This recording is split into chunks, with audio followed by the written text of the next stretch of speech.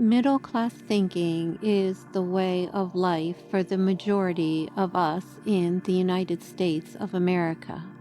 Even if you did not grow up in a middle class environment, there's a way that we're taught to think about the framework of life itself, which affects us both mentally and financially to the greatest extent.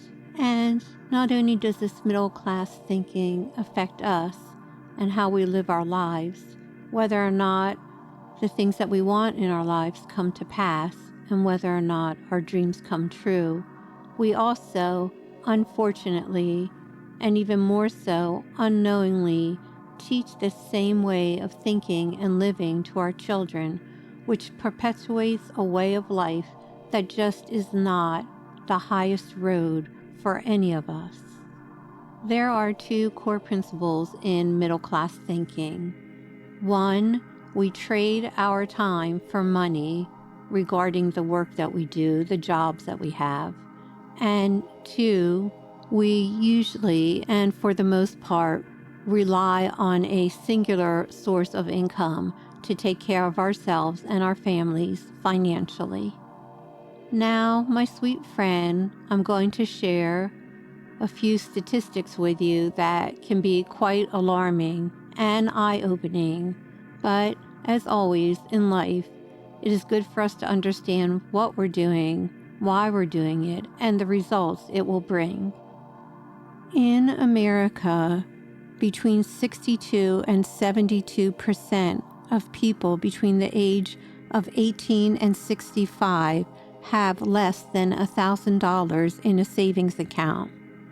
Maybe in and of itself that doesn't seem so upsetting, but if you think that people go to work every day, every month, every year over the course of decades, and the outcome of that is that 62 to 72% of those people working so hard have less than $1,000 in a savings account, well, maybe that's something that we want to consider when we're making choices in our life.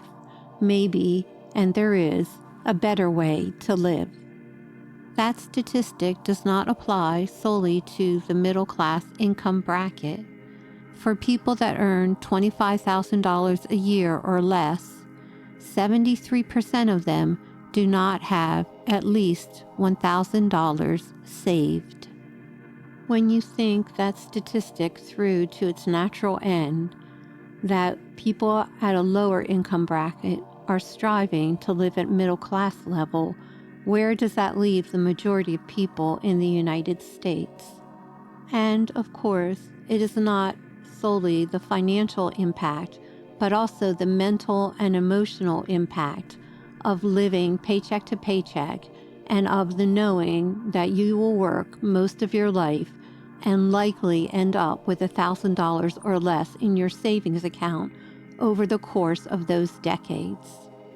You and I know, my sweet friend, the mental and emotional anguish that comes from worrying about money. Another statistic is that only 12% of people in the USA own their home.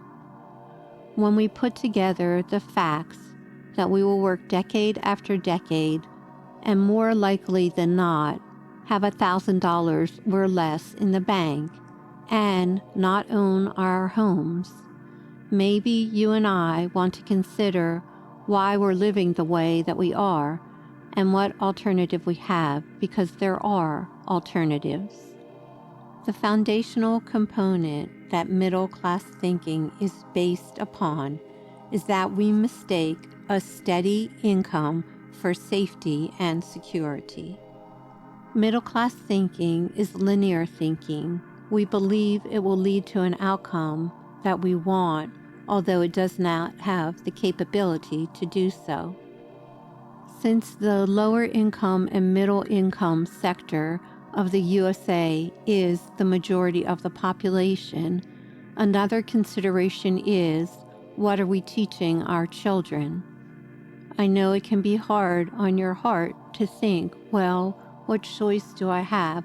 What else can I teach my children to do? This is just the way the system is set up. But again, there are other ways to live that will bring the results that you so desire. When we think about our children and ourselves, what is it that we want more than anything? We want to be able to use our gifts, talents, and abilities to contribute to the good in the world and to support ourselves financially. We want to know that our lives have a purpose. There's a reason why we and our children are here. And if the end result of how the majority of us are living is simply that we work decade after decade, 30, 40, or 50 years, and end up with the same tiny amount of money as when we began, and don't even own the homes that we and our children live in, maybe, my sweet friend, it is time for us to consider this other way to live. I understand that we may look at the wealthy sector of society and think either they have an inheritance or they're just part of the lucky crowd that in one way or another, through investments that were passed on, or again, lucky breaks, they managed to come out of the system and be affluent. But in actuality, there's a way of thinking that can project you and I from being part of the poor and struggling sector of society to those that are not only affluent, but using, again, our gifts, talents, and abilities for the betterment of humanity. And isn't that, my sweet friend, truly what you want for yourself and for your children? Middle-class thinking is linear thinking. It is results-oriented. When we set out on the path of acquiring an education and getting a job, we see it as going from point A to point B. First, we receive the education, then we apply for the jobs, and then we begin climbing the corporate ladder, or whatever ladder it may be, over the years. Some of us don't have the ability to go to some kind of higher education, and we end up in the same pattern as those who have gone to higher education. We work at a job, we hope to move up in the job and to earn more money, yet year after year our finances do not change in any drastic and positive way. What, therefore, is the major difference between how most of us think and plan to live our lives and those that acquire wealth? Number one is not relying on a singular source of income, but understanding instead that the world truly is limitless, and that particularly in this time that we live in with the internet, there are so many ways to bring income into our household. Foundationally, therefore, the first belief system we would need to change in order to come out of the system we're presently trapped in to a greater extent, and to have a lifestyle that is truly what we deserve, is to look toward multiple streams of income instead of a singular source of how money comes into our home. Any individual that has acquired great wealth has had multiple ways that wealth streamed into their life. And I understand that your first thought may be, well, that's just impossible. I don't have a way to start another business. I don't have a way to bring in additional income. But you do, my sweet friend. It is just that a certain way of thinking has been so ingrained in us that we think any other way of living is impossible. When you really think about your own precious life, you are going to spend a lot of it working. Which way is better for you? Working from a single source of income and being heavily reliant on that, or starting to build additional streams of income and knowing that as life ebbs and flows, you will have money coming in from multiple sources. Wealthy class thinking is fluid. It is creative. It is non-linear thinking.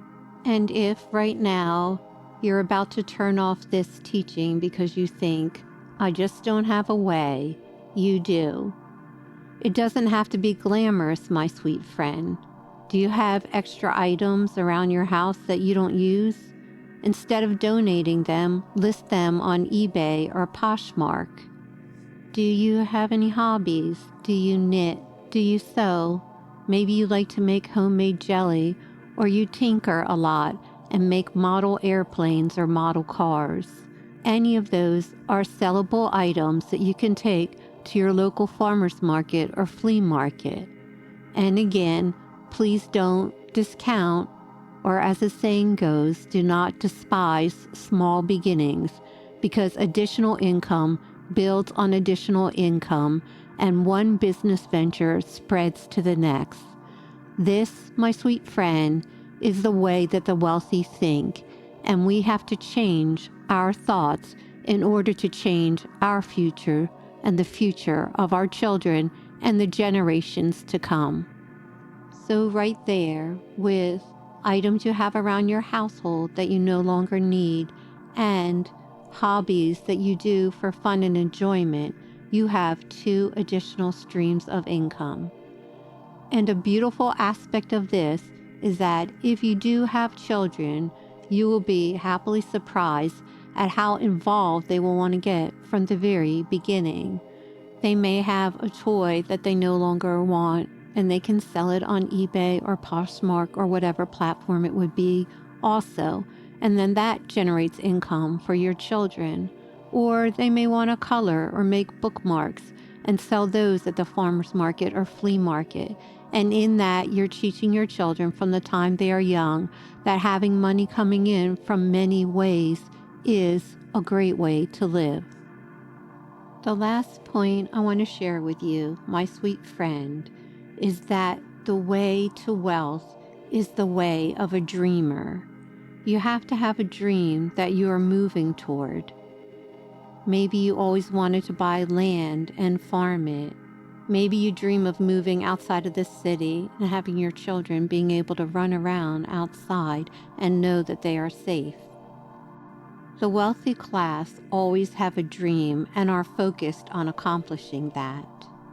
They keep their sights on how the dream will feel when it has been fulfilled. We, as middle-class thinkers, are always scanning our 3D for the results and evidence of what we are doing. Is it working? Is it not working? If something doesn't seem to be working, we easily quit and decide that whatever we try to do has failed. But that, my sweet friend, is simply the second change that we need to make.